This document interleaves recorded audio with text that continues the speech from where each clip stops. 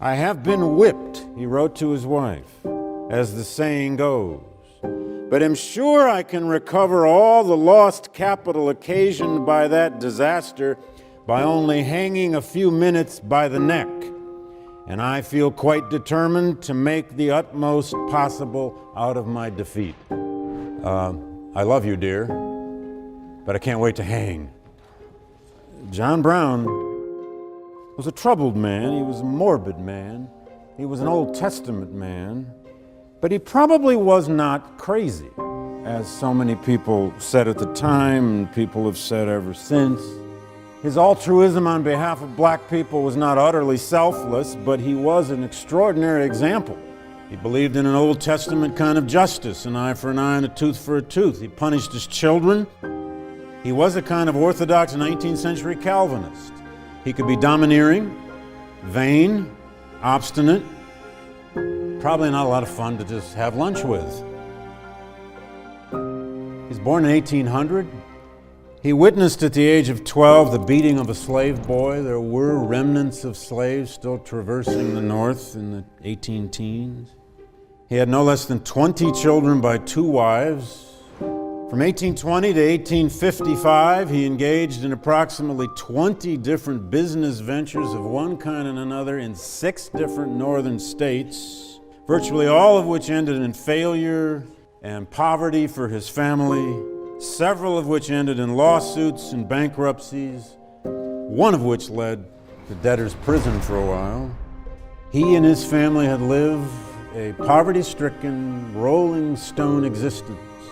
He probably never joined any formal anti-slavery organization, although he went to lots of their meetings.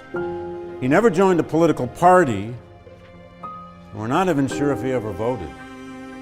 He believed slavery was an evil so entrenched in America that it required revolutionary ideology and revolutionary means to eradicate it. And it led him, as it has often in history led most proponents of revolutionary violence, that the means can therefore justify the ends. John Brown came to believe that violence in a righteous cause was like a rite of purification. Now, what did he do? John Brown's interest in Kansas was intense after the Kansas-Nebraska Act. He was living then in upstate New York.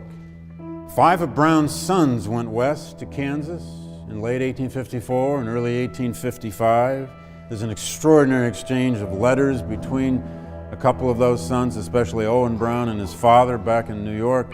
Letters that are saying things like, "Father, you must come out here with us. There are slaveholders living over on such and such a creek within 2 miles of us, Father. Violence is beginning to break out, Father." And so the father came. And John Brown developed in Kansas his own little guerrilla band. Spring of 1856. Brown and his men are traveling along a roadway and they get word of the beating of Charles Sumner, this, to him, great abolitionist senator.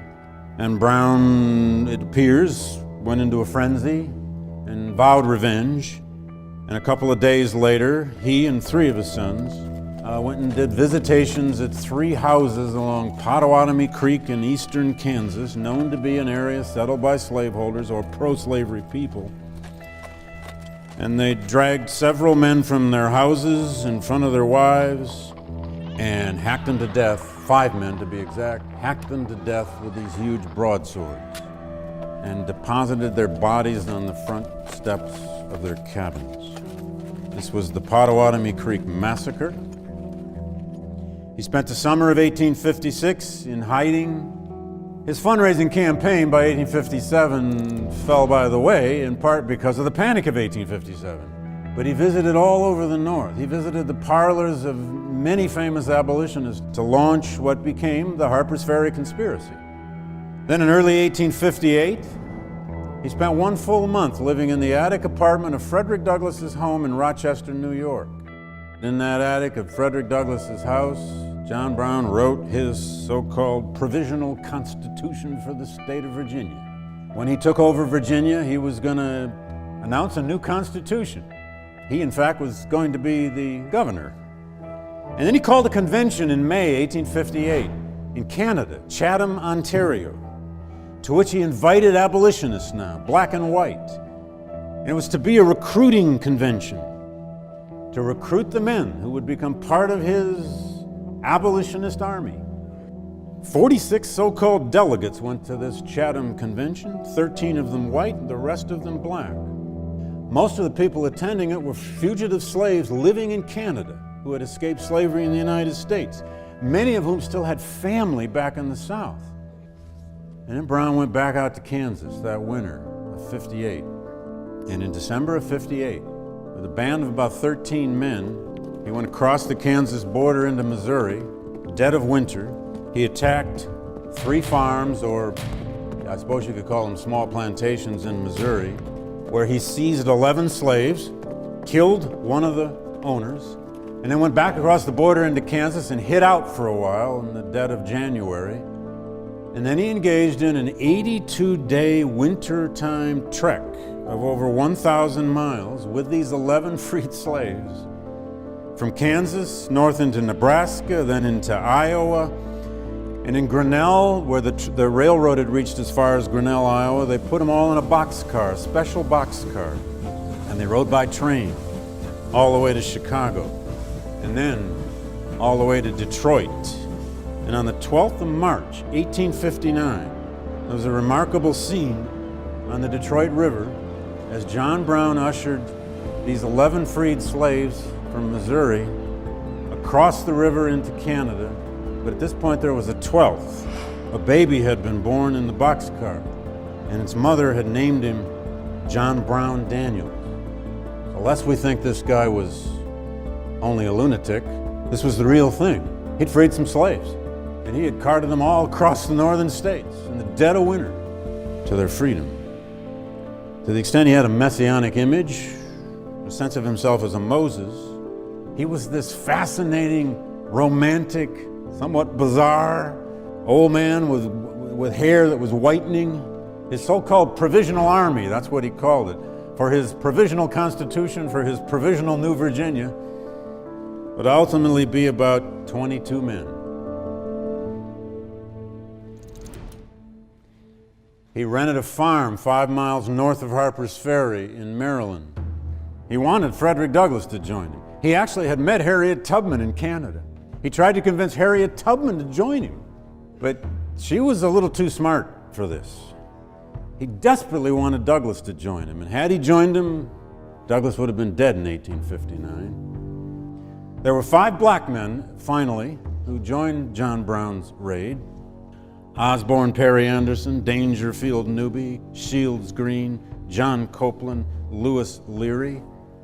3 of them were former fugitive slaves.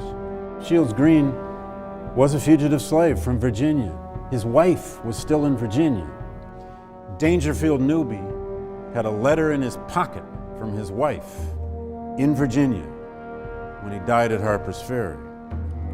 The plan, simply put, so far as we know, was to attack Harpers Ferry, take the federal arsenal, and begin, if he could, to escape into the mountains, Blue Ridge Mountains on either side of Harpers Ferry, to establish mountain hideaways, to get slaves to escape into his lines, to arm them, and then to begin as a guerrilla warrior to selectively attack sites in northern Virginia, moving on Richmond. Now, I say to the extent we understand it, because it didn't leave us much to go on. What we do know is the raid only lasted 48 hours. They never got out of Harpers Ferry, partly because John Brown's first major strategic mistake, or tactical mistake, was that the Monocacy Railroad came through Harpers Ferry right as he was entering the town. They stopped the train. The first casualty was a free black watchman on that train who was shot by one of Brown's men. Then Brown, within 2 hours, let the train go. The conductor of the train at the next town wired Washington and said 1 man and 200 men are attacking Harpers Ferry. By the time it reached Buchanan's desk in the White House, it was 500 men attacking Harpers Ferry. And within 24 hours, Buchanan ordered a contingent of U.S. Marines under the command of Robert E. Lee to get to Harpers Ferry as fast as possible and crush this slave insurrection, which they did. What ensued at Harpers Ferry for 24 hours was an absolute pitched battle between the townspeople, local militias, and Brown's men. And many townspeople were killed. All but 2 or 3 of his men were killed or captured, and all those captured will be hung. One of his sons, Owen Brown, did manage to escape. Brown was captured in the engine house. They tried to run him through with a sword. They beat him over the head. They bloodied him up. As the story goes, he was saved by a huge brass belt buckle he had, and they kept stabbing at him, and they kept hitting the brass belt buckle. He was captured, put in jail in Charlestown, Virginia, just 4 miles up the road. And in November 1859, he would get the most famous, sensational trial that the United States had ever seen. There were 3 charges, all of which were punishable by death. The trial began on the 27th of October. It lasted 3.5 days. The state of Virginia famously tried to provide a lawyer for John Brown, and Brown refused that state's supplied lawyer. He laid on a cot because of his injuries and his wounds in the courtroom. Closing arguments were the 31st of October. The jury deliberated for 45 minutes, returned a verdict of guilty on all 3 counts, and it was announced he would be hung about a month later on December 2nd, 1859. He had 1 month in jail. He apparently won over his jailer, who found John Brown one of the most fascinating characters he'd ever seen. People came from the north and were allowed to visit him, including his wife.